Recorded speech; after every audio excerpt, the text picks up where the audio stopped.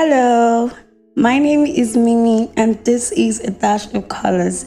Welcome to today's episode. And if you're a consistent listener, thank you for tuning in again. And if this is your first time listening, welcome to our safe zone.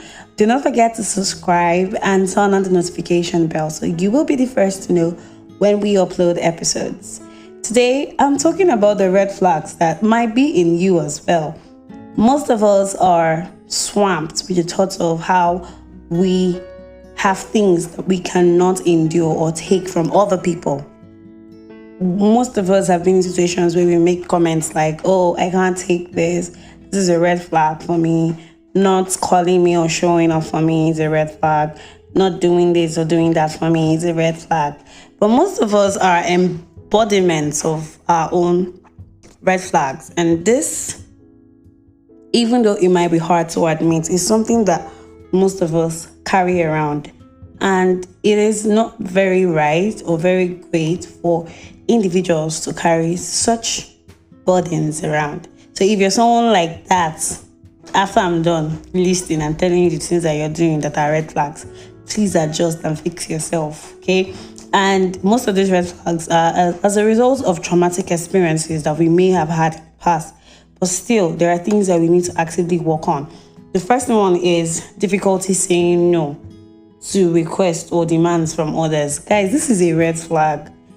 Whether the request is coming from family, it's coming from friends, coming from your best friends, or even, and I don't know, all those people around you that are always making requests. If you know that you struggle with saying no, people would always take advantage of you. And to me, that's a red flag because it means that you do not have a time where you make decisions and you want to stick by it. You're always going out of your way to do things for people, even when it's inconvenient for you. So if you know you're someone that is struggling with saying no to people, to friends, to family, to any request at all, you need to work on that, right? This doesn't mean that we won't do things for the people that we care about, the people that we love, but most of us, if not all, know that there are situations where people tell us to do something and we sincerely do not feel like doing them. And the only reason why we're doing that is because we've groomed ourselves to become other people who please other people. So if you're someone who struggles with saying no, like me, you need to fix that. Another thing is, most of us, we tend to feel guilty after we've said no. Like you're so ashamed that you actually turn the request down. And this doesn't necessarily mean that you did something bad by turning the request down, but somehow we've groomed our minds to believe that there's actually something wrong with us because we said no to a particular request. And this is a typical thing for me because I know that there are times when people call me by past 8 p.m., especially the parents from my school. I always say that I do not take calls once it's 8 p.m. and it's something that I'm trying to build and work on. So imagine by 8 p.m., some parent is calling me. I don't know what the problem is. And then most times I'm like, I'm not going to answer. And I don't answer.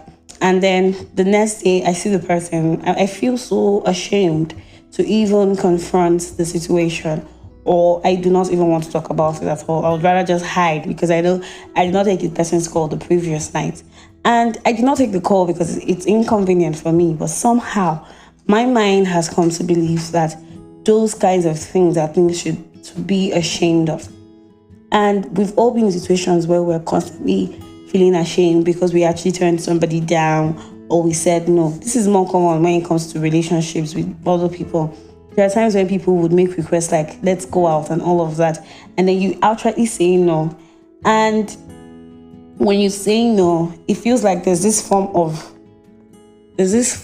regret around what you've just done. Like you feel like you shouldn't have done that. You feel like you should have just gone, even though you do not feel like doing that. And that's a very big red flag, guys.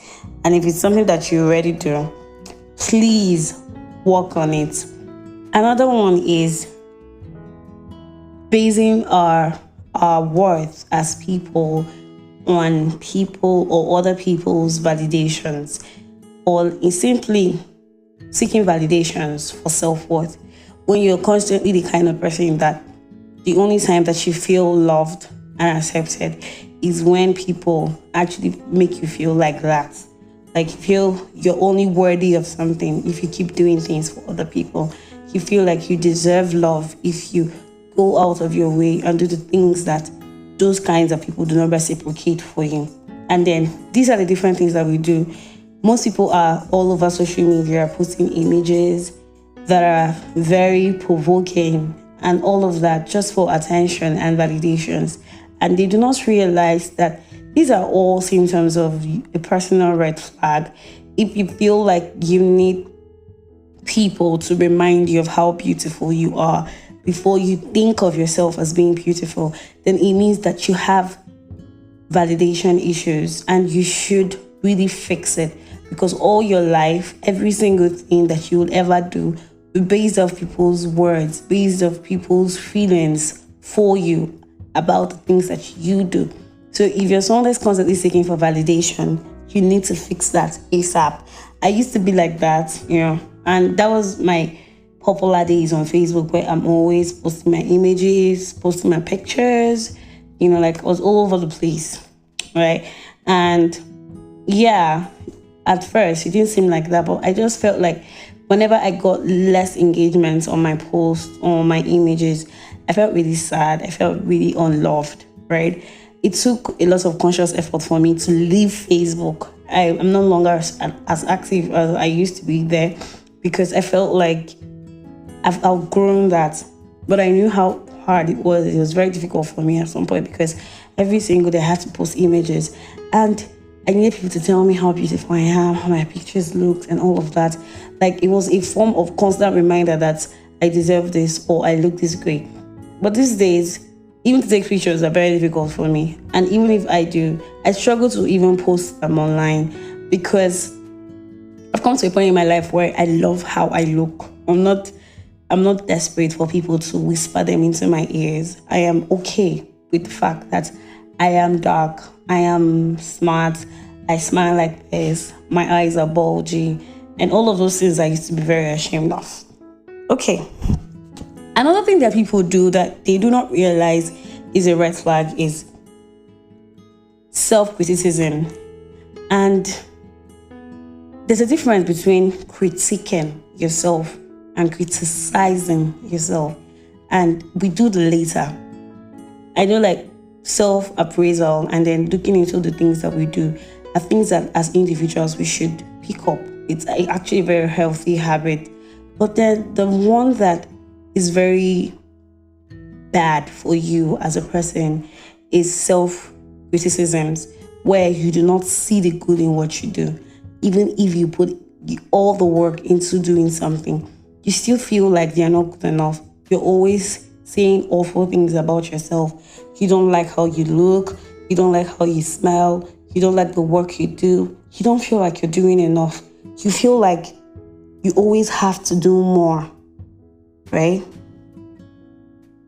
And we end up doing the opposite of the things that we should be doing, which is to motivate ourselves, which is to love ourselves, which is to appreciate the things that we do.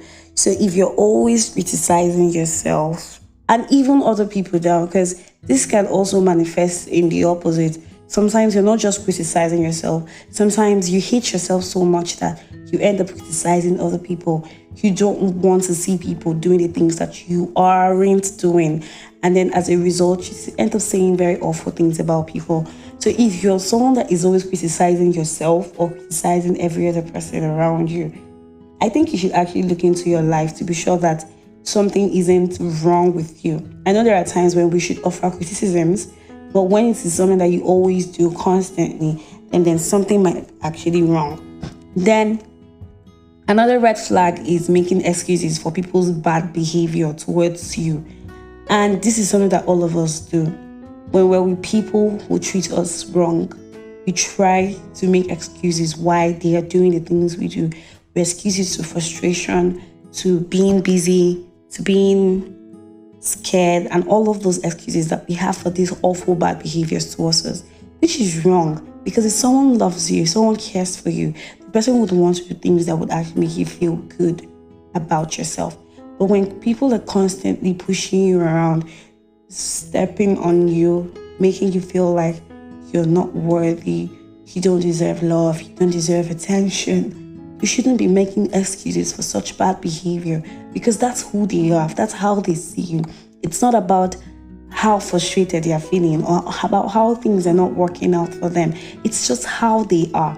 So you need to understand that it is not your fault and you shouldn't be making excuses for that.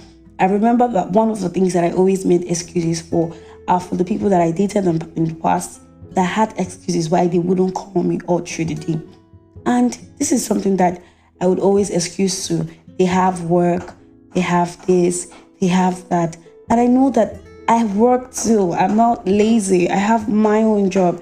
And in the middle of all those jobs, I'm still taking my time to text on WhatsApp, to text viral messages, to do things, to reach out to these people.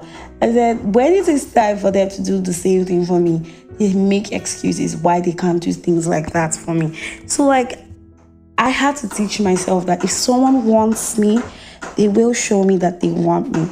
If they don't want me, I will know that they do not want me. And it's okay if people do not want you. It is not, everyone doesn't have to like you, right? And it doesn't mean that there's anything wrong with you, okay? Then another thing is, or another red flag that most of us carry around is we hate to confront. We hate to fight. Now, fight in this context is dispute what someone has said or what person is saying. We would rather just accept whatever thing, even when we know deep down that that is not the right way or the right method of addressing such conflict. We would rather just not communicate or all of that. And the silent treatment is a form of emotional abuse. If you're with someone that would rather hide, would rather run away from trying to communicate what has been done wrong and finding a way to fix things between the both of you, you shouldn't even be with the person. I've been with a guy that would go silent on me for 4 days, 5 days because of a fight. And I would send him texts, he would ignore me and all of that. And it was so bad because he hated conflicts. But conflicts are not supposed to destroy relationships. Sometimes it's to reach an agreement, to have dialogue, to understand the other person's perspective, to see what has gone wrong and how to treat it better, right? But when you're someone that you're always avoiding talking to people about the things that they've done to you, you're carrying them around in your chest, or you even act like it doesn't matter, one day it's going to explode and you're not going to be able to communicate it in a coordinated form. And you might end up hurting the people that you feel like you're trying to protect. So if there's conflict, do not run, do not hide. Please speak up and address it. It's very important that you understand these basic things. I'm running out of time. The last thing that I'm going to say is this. If you're someone that is always tolerating people treating you or mistreating you, guy, that is a red flag that needs to stop. You are important, you're worth it, you're loved, you are just as important as any other person in this world.